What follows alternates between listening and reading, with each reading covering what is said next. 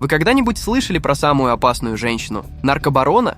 Нет? А как насчет женщины, которая убила своего бывшего и его новую девушку? Тоже нет? Лучше вам и не знать. Но если все же решились, то смотрите до конца. Последняя история повергнет в шок любого из вас. Приятного просмотра! Кристал Карденас. Для начала давайте переместимся в Лас-Крусес, штат Нью-Мексико. В зале суда 3-го округа начинается оглашение приговора Кристал Карденас, 34-летней женщине, осужденной за убийство своего бывшего парня Марио Кабрала и его подруги Ванессы Родригес Мора. Это произошло в ночь на 25 марта 2018 года, когда Карденас и ее тогдашний бойфренд Луис Флорес после неудачной попытки нанять киллера решили убить Кабрала и Мору самостоятельно. Карденас была осуждена по 4 пунктам, включая 2 убийства первой степени, заговор с целью убийства и преступное подстрекательство. Следствие установило, что Карденас и Флорес впервые обратились за услугами киллера, чтобы убить бывшего бойфренда и отца ее дочери после ожесточенной судебной тяжбы за опекунство. Когда киллер отказался выполнять заказ, они решили взять дело в свои руки и сами застрелили Марио Кабрала и его девушку Ванессу в ту раковую ночь. В тот момент их маленькая дочь пряталась в другой комнате. На следующее утро она обнаружила тела, после чего побежала к соседям, чтобы вызвать полицию. На суде девочка рассказала, что слышала выстрелы, но, испугавшись, спряталась и уснула, думая, что это был кошмар. Но, к сожалению, ее кошмар оказался реальностью. Прокуратура и защита Карденас вели ожесточенную борьбу в суде. Окружной прокурор изложил суть дела, которую он и его коллеги выстраивали на протяжении последних 5 дней, в том числе и свидетельство дочери Кабрала, которая рассказала, как перед сном смотрела телевизор со своими родителями.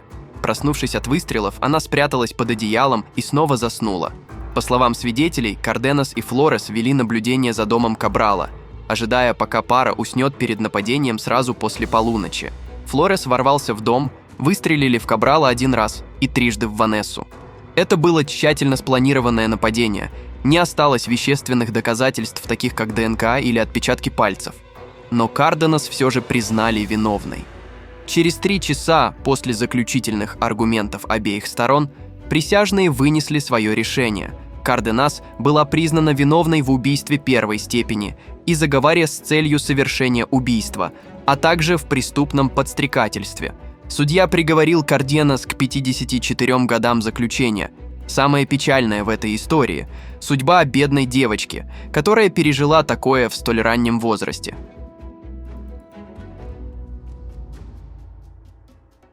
Ну а следующая женщина напрямую никого не убивала.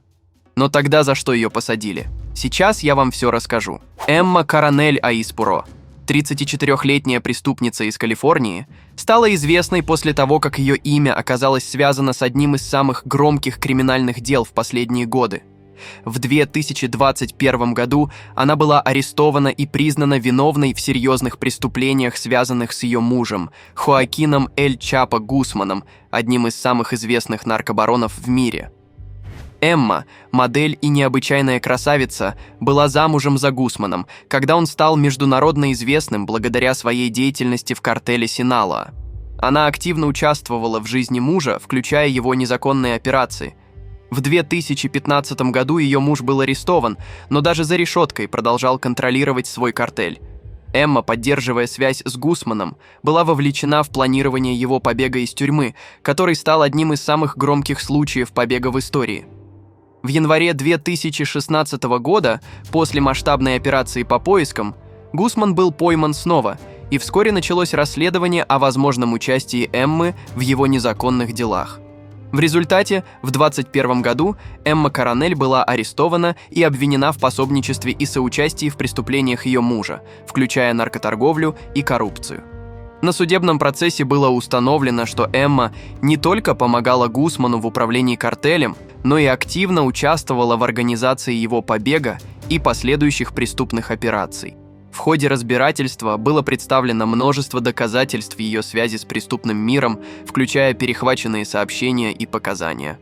Женщина была признана виновной по нескольким пунктам обвинения, включая пособничество в наркоторговле и участие в преступной организации. Она была приговорена к 3 годам лишения свободы и штрафу несколько миллионов долларов. Маккензи Ширилла. Теперь отправимся в Кливленд, штат Огайо, где свое заключение отбывает 20-летняя Маккензи Ширилла. В 2022 году Маккензи, казалось бы, обычная молодая женщина, совершила ужасающее преступление, которое потрясло не только местное сообщество, но и всю страну. Маккензи была в отношениях с 19-летним Домиником Руссо, но их роман обернулся трагедией. В июле 2022 года, после ссоры с Домиником, она приняла страшное решение – убить его. План был изощренным и смертельным. Ширилла воспользовалась автомобилем, чтобы воплотить свое намерение. В ту роковую ночь она села за руль машины, где вместе с ней находился Доминик и их общий друг, и намеренно разогналась до высокой скорости. На одной из улиц города Маккензи резко свернула с дороги, направив машину на бетонный барьер. Удар был настолько сильным, что шансов выжить у пассажиров не было. Доминик Руссо и их друг погибли на месте, а сама Маккензи получила незначительные травмы. Изначально это выглядело как трагическая авария, но последующее расследование полиции вскрыло жуткую правду. Это было преднамеренное убийство. Следователи обнаружили, что Маккензи не только спланировала это преступление, но и сделала все возможное, чтобы скрыть свои следы. Однако ее предали данные бортового компьютера автомобиля, показавшие, что авария была не случайной. Судебное разбирательство стало одним из самых громких дел года. На процессе прокуроры представили убедительные доказательства того, что Маккензи сознательно пошла на убийство, желая отомстить Доминику за ссоры и разногласия в их отношениях. Маккензи признали виновной в умышленном убийстве и приговорили к пожизненному заключению с возможностью условно-досрочного освобождения только через 25 лет. Ее история стала мрачным примером того, как ревность и гнев могут привести к разрушительным последствиям. Такую девушку и врагу я пожелаешь. Тейлор Шабуснес. Следующая в нашем списке – Тейлор Шабуснес, 26-летняя заключенная из Висконсина. Она получила свою известность после того, как ее имя стало синонимом ужаса и бесчеловечности. В феврале 2023 года Тейлор была арестована за убийство и расчленение своего 25-летнего парня, Адама Гибсона, в их доме в Мэдисоне. История Тейлор началась как обычная ссора в отношениях, но быстро переросла в нечто ужасающее. По версии следствия, в ту злополучную ночь, после бурной ссоры, Тейлор схватила нож и начала нападение на Гибсона. Она нанесла несколько смертельных ударов, после чего, по всей видимости, еще не удовлетворившись, приступила к расчленению тела. Расследование началось, когда соседи сообщили о странных звуках, исходящих от дома Тейлор. Прибывшие на место полицейские обнаружили шокирующую сцену. Тело Гибсона было разрезано на несколько частей и разбросано по дому. Тейлор была найдена вся в крови, и после допроса она призналась в содеянном, но объяснить причины своих действий не смогла. Следователи выявили, что Тейлор имела историю психических расстройств, что могло сыграть роль в ее поступке. Однако это не оправдало ее действия. На суде прокуроры описали это преступление как акт полной безжалостности и преднамеренного насилия, а саму Тейлор как опасную преступницу. В ходе судебного разбирательства Тейлор пыталась изображать раскаяние, но ее показания и поведение не смогли изменить мнение присяжных. Шабуснес была признана виновной в умышленном убийстве и приговорена к пожизненному заключению без права на условно-досрочное освобождение. Ее имя и преступления стали символом крайней жестокости и психических расстройств, которые могут иметь катастрофические последствия. Тейлор Шабуснес останется в истории как одна из самых ужасающих преступниц, чьи действия потрясли общественность.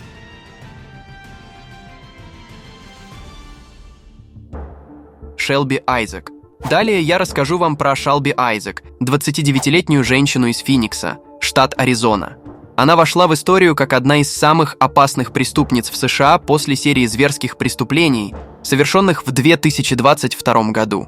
История Шелби началась с ее необычной и тревожной склонности к насилию, которую она скрывала под маской обыденной жизни. В июле 2022 года ее поведение стало наглядным примером преднамеренного насилия. когда она совершила серию шокирующих преступлений. Все началось с того, что Шалби, у которой была история психических расстройств, решила отомстить своим старым друзьям. Ее жертвами стали 2 бывших коллеги по работе и 1 случайный прохожий. Шалби заманила своих первых жертв – Мэтта и Лору, под предлогом встречи или обсуждения старых проблем. Однако, вместо этого она встретила их с ножом, и нападение было настолько неожиданным и жутким, что жертвы не успели защититься. Но самое ужасное произошло, когда она случайно встретила прохожего, 45-летнего Питера, который попытался вмешаться, чтобы помочь жертвам. Шалби, не остановившись на достигнутом, напала и на него. Полицейские, прибывшие на место преступления, обнаружили жуткую сцену.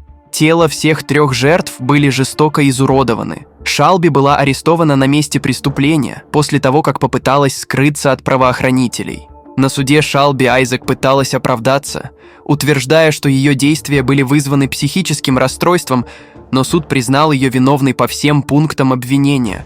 Она была осуждена за 3 случая умышленного убийства и приговорена к пожизненному заключению без права на условно-досрочное освобождение. История Шалби Айзек стала ярким примером того, как опасные психические расстройства могут привести к невероятной жестокости и насилию. Анна Мари Эрнандес. Переместимся в штат Техас, где Анна Мари Эрнандес, 38-летняя жительница Техаса, была арестована за участие в сети наркоторговли и торговли людьми. Казалось бы, она вела обычную жизнь, будучи матерью и сотрудницей местной компании, но за этим фасадом скрывалась ее активная роль в преступном мире. Эрнандес координировала поставки наркотиков из Мексики в США и была вовлечена в торговлю людьми, где жертвами становились в основном молодые женщины. Операция правоохранительных органов, длившаяся несколько лет, раскрыла ее участие в управлении финансами и организации преступной сети.